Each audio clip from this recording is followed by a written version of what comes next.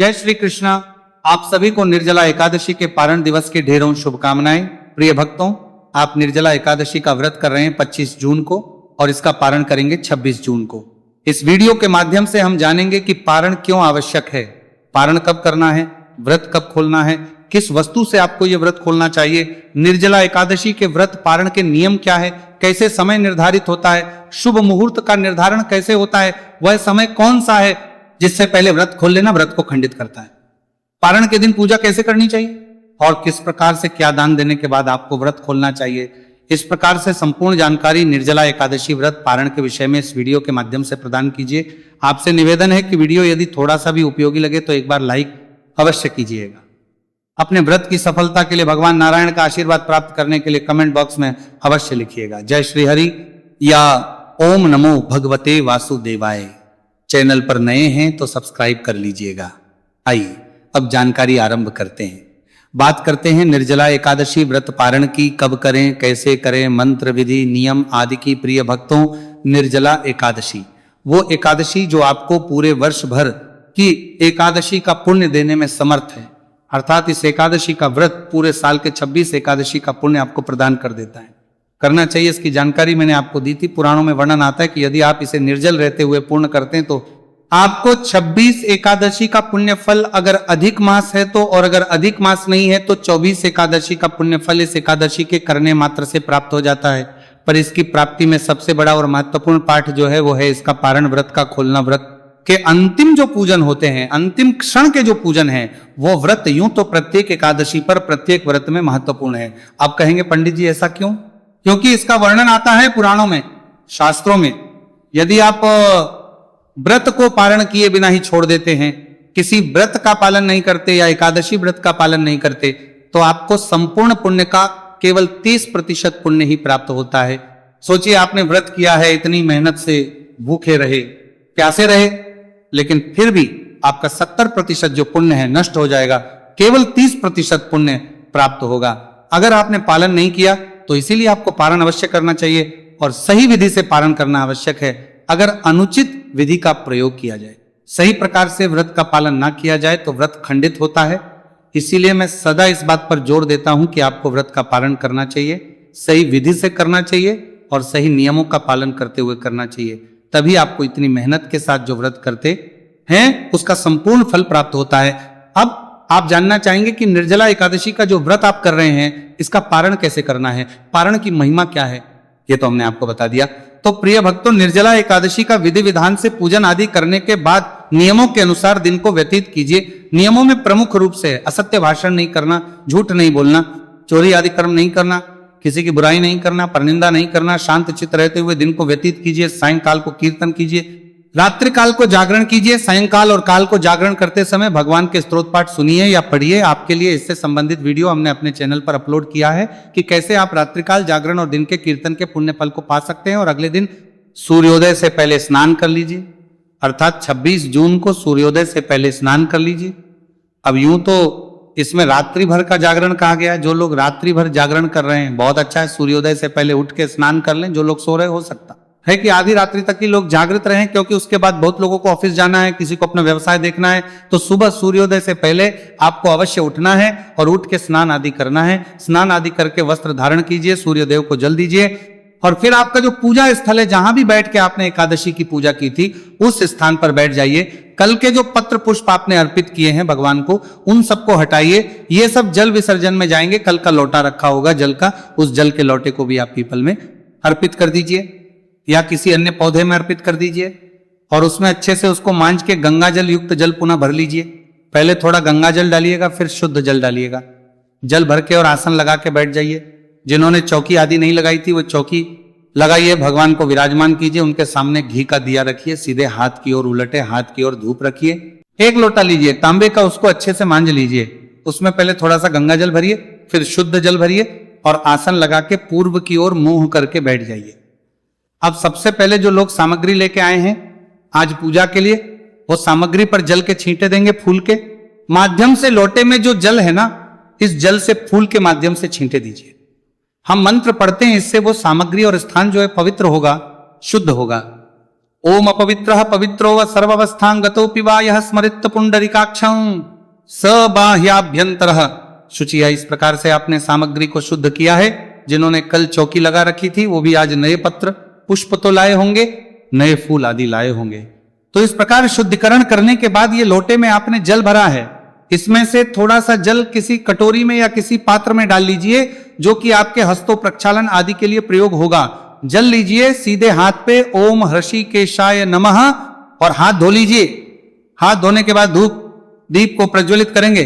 शुभम करोति कल्याणम आरोग्यम धन संपदा शत्रु बुद्धि विनाशाय दीप ज्योतिर्नमो चस्तुते। धूप दीप को आपने प्रज्वलित किया, धूप दीप जला के अब भगवान का पूजन आरंभ करते हैं। भगवान के सामने एक कटोरी आदि रख दीजिए, पात्र रख दीजिए जिसमें आप पूजा की सामग्री अर्पित करेंगे। और जिनके पास प्रतिमा है वो प्रतिमा को किसी पात्र में विराजमान कीजिए। पूजन में सबसे पहले भगवान गणेश का ध्यान करेंगे और भगवान नारायण का तदुपरांत ध्यान करेंगे। हाथ जोड़ लीजिए, भगवान गणेश का ध्यान करते हैं। एकदंतं शूर्पकर्णं गजवक्त्रं चतुर्भुजं पाशाकुशधरं देवं ध्यायत सिद्धिदं विनायकम। बोलिए गणेश जी महाराज की जय। अब भगवान नारायण का ध्यान करेंगे। शांताकारं भुजगशयनं पद्मनाभं सुरेशं विश्वाधारं गगन सदृशं मेघवर्णं शुभांगं लक्ष्मीकांतं कमलनयनं योगिभिर्ध्यान गम्यं वंदे विष्णु भवभयहरं सर्वलोकैकनाथम। बोलिए विष्णु भगवान की जय। अब जिनके पास प्रतिमाएं हैं वो भगवान को किसी पात्र में विराजमान कीजिए, जैसे कि जलादि उनको अर्पित करें, नहलाएं तो जल यहां वहां फैले नहीं। और तस्वीर के सामने एक कटोरी आप पात्र अर्पित कीजिए, उसमें आप पूजा का जल सामग्री आदि अर्पित कीजिएगा। सबसे पहले भगवान को पद प्रक्षालन कराएंगे। तो आइए एक चम्मच जल ले लीजिए, मंत्र आरंभ करते हैं। आप एक चम्मच जल अर्पित कीजिएगा, फिर अर्घ्य के रूप में और फिर आचमनी के रूप में। ओम विष्णवे नमः पादयोः पाद्यम समर्पयामि पद प्रक्षालन कराइए। भगवान को एक चम्मच जल लीजिए, भगवान के पैरों पर अर्पित कीजिए। जो तस्वीर पर पूजन कर रहे हैं वो सामने रखे, पात्र में एक चम्मच जल अर्पित कीजिए। भाव रखिए कि आप भगवान के पैर धुला रहे हैं। अब आप अर्घ्य देंगे भगवान को। ओम विष्णवे नमः, ओम कृष्णाय नमो नमः। अर्घ्यम समर्पयामि, अर्घ्य अर्पित के बाद आचमनी समर्पित करेंगे। ओम विष्णवे नमः, ओम कृष्णाय नमो नमः। आचमन्यम समर्पयामि के रूप में एक चम्मच जल अर्पित कीजिए। आचमनी के बाद भगवान को स्नान कराया जाता है। गंगे च यमुने चैव गोदावरी सरस्वती नर्मदे सिंधु कावेरी जले जस्मिन सन्निधिं कुरु। स्नान कराएंगे भगवान को प्रेम से। जिनके पास प्रतिमा है वो शंख में जल भर लीजिए और प्रतिमा को स्नान कराएंगे। जो तस्वीर पर पूजन कर रहे हैं वो फूल के माध्यम से जल के छींटे दीजिए। गंगे च यमुने चैव गोदावरी सरस्वती नर्मदे सिंधु कावेरी जले जस्मिन सन्निधिं कुरु। शुद्ध जल से स्नान कराइए भगवान को, शंख में जल भर के स्नान कराइए। गंगे च यमुने चैव गोदावरी सरस्वती नर्मदे सिंधु कावेरी जले चस्मिन सन्निधिं कुरु। अब आप पंचामृत से स्नान कराएंगे।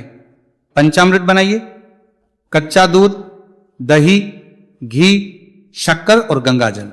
शहद का प्रयोग पंचामृत में नहीं होगा, शहद जो है वर्जित होता है, ध्यान रखिएगा। तो आप पंचामृत को पुष्प पर लगा लीजिए जो तस्वीर पर पूजन कर रहे हैं, और पंचामृत इस प्रकार से अर्पित कीजिएगा। भाव रखिएगा कि आप पंचामृत से भगवान को स्नान करा रहे हैं, और जो प्रतिमा पर पूजन कर रहे हैं वो पंचामृत से प्रतिमा को नहलाइए। पयोदधिघृतम चायव शर्करायान्वितम पंचामृतम मय्यानितम स्नानार्थम प्रतिगृह्यताम। पंचामृत समर्पित कीजिए भगवान को। पंचामृत से स्नान कराने के बाद पुनः शुद्धियों तक स्नान कराएंगे। शुद्ध जल से स्नान कराइए। ओम विष्णवे नमः, ओम कृष्णाय नमो नमः। स्नानम समर्पयामि, जलम समर्पयामि। शुद्ध जल से स्नान कराइए भगवान को। अब भगवान को पात्र से उठा लीजिए, अच्छे से पहुंच के आसन पर विराजमान कर दीजिए और भगवान को वस्त्र अर्पित करेंगे। वस्त्र के रूप में मौली का एक टुकड़ा तोड़िए और भाव रखिए कि यहां भगवान को वस्त्र अर्पित कर रहे हैं। ओम विष्णवे नमः, ओम कृष्णाय नमो नमः। वस्त्रम समर्पयामि। यज्ञोपवीत क्या होता है? जनेऊ। जनेऊ लीजिए और उसको रोली कुमकुम आदि से तिलक कर लीजिएगा और फिर भगवान को अर्पित कीजिए। यज्ञोपवीत समर्पित कीजिए भगवान को। यज्ञोपवीत अर्पित करने के बाद अब आप प्रभु को इत्र अर्पित करेंगे। इत्र को फूल पर लगा लीजिए और भगवान को अर्पित कीजिए। ओम विष्णवे नमः, ओम कृष्णाय नमो नमः। इत्रम समर्पयामि। इत्र समर्पित करके प्रभु को तिलक करेंगे। ओम विष्णवे नमः, ओम कृष्णाय नमो नमः। तिलकम समर्पयामि। तिलक कीजिए, भगवान को प्रेम से तिलक करने के बाद पुष्प अर्पित कीजिएगा। माला है तो माला पहनाइएगा, पुष्प समर्पित कीजिए। ओम विष्णवे नमः, ओम कृष्णाय नमो नमः। पुष्पम समर्पयामि, माला है तो माला पहनाइए। अब आप भगवान को धूप दिखाएंगे। ओम विष्णवे नमः, ओम कृष्णाय नमो नमः धूपम दर्शयामि, और दीप दिखाएंगे। ओम विष्णवे नमः, ओम कृष्णाय नमो नमः दीपम दर्शयामि। धूप दीप दिखाइए। भगवान को धूप दीप दिखा के नैवेद्य अर्पित करेंगे। नैवेद्य में क्या आपके पास फल है तो फल, मिठाई है तो मिठाई, मिश्री है तो मिश्री, बताशा है तो बताशा। ओम नारायणायण नमो नमः, ओम कृष्णाय नमो नमः नैवेद्यम समर्पयामि। अब नैवेद्य अर्पित करने के बाद भगवान को जलाजमी कराइए। 1 चम्मच जल लीजिए। ओम विष्णवे नमः, ओम कृष्णाय नमो नमः आचमन्यम समर्पयामि, और भगवान के सामने रखे पात्र में अर्पित कीजिए। जलाचमनी कराने के बाद तांबूल अर्पित करेंगे। पान का पत्ता लीजिए, उस पे 2 लौंग, 2 इलायची, 1 सुपारी रखिए और भगवान को अर्पित कीजिए। पूगी फलम मोहद्दिव्यम नागवल्ली दलैर्युतम मुतो एलादिभिः समायुक्तम तांबूलम प्रतिगृह्यताम शुभ दक्षिणा। तांबूल अर्पित कीजिए। इसके बाद हाथ जोड़ के नमस्कार कीजिए। भगवान को हाथ जोड़ के नमस्कार कीजिए। जो भी दक्षिणा अर्पित करना चाहते हैं वहां दक्षिणा अर्पित कीजिए। इस प्रकार पूजन करके, अगर संभव है तो तुलसी माता की कथा सुननी चाहिए। चैनल पर हमने अपने अपलोड की है, आपके लिए पारण के दिन ये सुनी जाती है। कथा सुन के फिर भगवान की आरती कीजिएगा। आरती करने के बाद भगवान को पारण का विशेष भोग लगाएंगे, जो आज के दिन आपने भोग बनाया होगा। इसके बाद अभी पुष्पांजलि, प्रायश्चित, क्षमा याचना, ये सब बाकी है, जो बड़ी महत्वपूर्ण प्रक्रिया होती है पारण के दिन की। तो पहले भोग प्रसाद भगवान को अर्पित करेंगे। भोग में क्या बनाना है? देखिए, पीले चावल आप बना सकते हैं, बड़ा उत्तम होता है। आप मखाने की खीर बना सकते हैं, केसर अगर उसमें डाल दें तो केसर युक्त खीर बड़ा उत्तम है। आज के दिन भोग में भगवान को अगर भोग में अर्पित करते हैं तो श्रेष्ठ कहा गया है। यह संभव ना हो, कोई भी सात्विक आहार बना लीजिए, चाहे रोटी सब्जी बनाइए, लहसुन प्याज आदि उसमें नहीं होने चाहिए। थाली सजाइए, जो आपने भोग बनाया है, थाली में तुलसी का पत्ता रखिए। तुलसी आज नहीं तोड़नी है, इसका ध्यान रखना। द्वादशी को तुलसी का पत्ता नहीं तोड़ना, वर्जित होता है, बहुत पाप है इसका। तुलसी पत्र रखिए और भगवान के सामने थाली रख दीजिए, पर्दा कर दीजिए। हम मंत्र पढ़ते हैं, निवेदन कीजिए आप। हाँ, गरुड़ जी हैं। घंटी है तो घंटी बजाइए। शरीरन वाक प्राणो यद्यपि तव शेषम फलमिव समर्पये तुभ्यम तदपि मम भक्त्या कृतमिदम, और पर्दा हटा दीजिए। जलाजमी कराइए।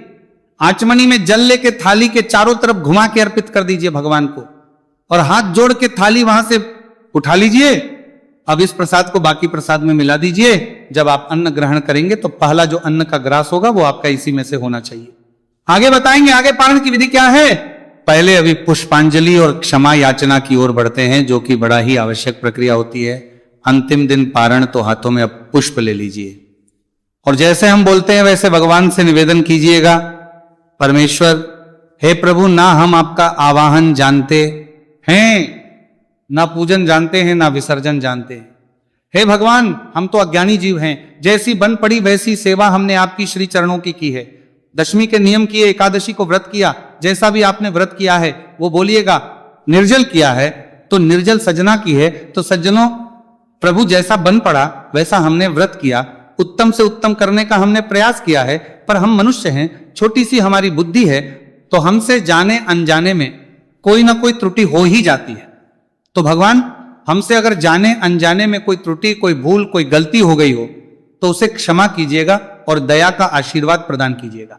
भगवान, आप दया सिंधु हैं, हम आपके बालक नादान हैं, आपके डर के भिखारी हैं। भगवान, हमारे अनजाने की सभी गलतियों को क्षमा करते हुए हमें दया का आशीर्वाद प्रदान कीजिए और इस व्रत को स्वीकार कीजिए। भगवान, आपको अर्पित करने के लिए हमारे पास कुछ नहीं है, तन मन धन सब आप ही का है। हमारे पास केवल क्या है? परमेश्वर प्रभु, यह पत्र पुष्प की भेंट है, इसे स्वीकार कीजिए और दया का आशीर्वाद प्रदान कीजिए। वह पत्र पुष्प के चरणों में अर्पित कर दीजिए और खड़े खड़े परिक्रमा कर लीजिए। अगर आपसे कोई व्रत में त्रुटि हुई है, कई बार हमसे कोई गलती हो जाती है और बाद में हमें ज्ञात होता है, तो आप उसका निवेदन भी भगवान से यही करेंगे कि प्रभु, मुझसे अनजाने में ये गलती हो गई, बाद में मुझे याद आया, तो प्रभु मेरी इस गलती को क्षमा कीजिएगा। तो इस प्रकार से क्षमा याचना करके खड़े खड़े परिक्रमा कर लीजिए। यानी कानिच पापानि जन्मांतर कृतानि च तानि सर्वाणि नश्यन्ति प्रदक्षिणे पदे पदे। यानी कानिच पापानि जन्मांतर कृतानि च तानि सर्वाणि नश्यन्ति प्रदक्षिणे पदे पदे। परिक्रमा कर ली है आपने, हाथ जोड़ के नमस्कार कीजिए। माताएं बहनें सर झुका के हाथ जोड़ के नमस्कार करेंगी, पुरुष जन दंडवत प्रणाम करेंगे। इस प्रकार आपने पारण का पूजन पूर्ण किया है। अब चौकी को थोड़ा सा वहां से खिसका दीजिए। जिन्होंने कलश की स्थापना की थी वो कलश को भी अब वहां से उठा लेंगे। कलश पर दक्षिणा रख के वो ब्राह्मण को देना है। अगर आपने कलश रखा था तो अन्यथा इसमें जल का घड़ा जो है निर्जला एकादशी के दिन ही दे दिया जाता है, तो कोई आवश्यकता है भी नहीं। अब पूजन के बाद आपने संभव है तो ब्राह्मण को भोजन कराना है, ब्राह्मण को करा सकते हैं। मंदिर में सीधा दे आइए, अर्थात सूखा आटा, दाल, चावल, चीनी आदि कुछ दे दीजिए। यह भी संभव नहीं है तो ब्राह्मण के निमित्त दान दक्षिणा अवश्य दे दीजिए, दान दक्षिणा दीजिए। मतलब आपने कुछ ना कुछ ब्राह्मण के निमित्त दान करना है। ब्राह्मण को दान करने के बाद ही आपने व्रत का पारण करना है। आपके आसपास कोई योग्य ब्राह्मण है, सदाचारी ब्राह्मण है, वेदपाठी ब्राह्मण है जो सत्कर्म करते हैं तो आप उनको अर्पित कर सकते हैं और उसके बाद आप व्रत का पालन करेंगे। पारण करने के लिए आसन लगा के बैठ जाइए। ओम नमो भगवते वासुदेवाय, ओम नमो भगवते वासुदेवाय का 5 बार जप कीजिए और फिर भगवान नारायण से निवेदन कीजिए कि हे प्रभु, मैं आज निर्जला एकादशी का ये जो मैंने व्रत किया इसका पारण ये जल पीकर और तुलसी जल लेकर कर रही हूं। इस पारण को स्वीकार करें और मुंह में तुलसी का पत्ता रखिए, जल पी लीजिए और इस प्रकार आपके व्रत का पारण हो जाएगा। जो लोग द्वादशी का व्रत कर रहे हैं वो इस प्रकार से केवल जल से पारण करेंगे और उसके बाद वो सायंकाल को फल आहार कर सकते हैं, क्योंकि द्वादशी के व्रत में ये जो महाद्वादशी का व्रत है इसमें फल आहार की कोई मनाही नहीं है, निर्जल करने की भी आवश्यकता नहीं है, इसके भी पी सकते हैं। अन्न जो है आप 27 तारीख को ही खाएंगे, 27 तारीख को ही इस व्रत का पालन करेंगे जो महाद्वादशी कर रहे हैं, क्योंकि बहुत बड़ा फल है द्वादशी का इस पर। और जो निर्जला का पालन कर रहे हैं वो इस प्रकार से पालन करके फिर अन्न ग्रहण कर सकते हैं। यह है विधि पारण की, ये नियम मैंने आपको बताया। प्रिय भक्तों, आप बात करते हैं कि पारण का शुभ मुहूर्त क्या रहेगा, तो मुहूर्त का जो नियम है ना, पारण का नियम कहता है कि पारण व्रत के अगले दिन सूर्योदय के बाद और हरिवासन का समय जाने के बाद द्वादशी तिथि में किया जाना चाहिए। इन सभी नियमों का ध्यान रखते हुए पालन के लिए शुभ समय रहेगा 26 तारीख को सुबह 5:30 बजे से और 8:15 तक। इस समय पे आप पारण करें, श्रेष्ठ है, कल्याणकारी रहेगा। जो इस समय में पालन ना कर पाए वो इसके बाद भी पालन कर सकते हैं, पर उत्तम समय जो है वो ये रहेगा। कुछ और कहना चाहें, पूछना चाहें, कमेंट बॉक्स में लिख के पूछ लीजिएगा। भगवान नारायण सब पर कृपा करें। हरे कृष्ण।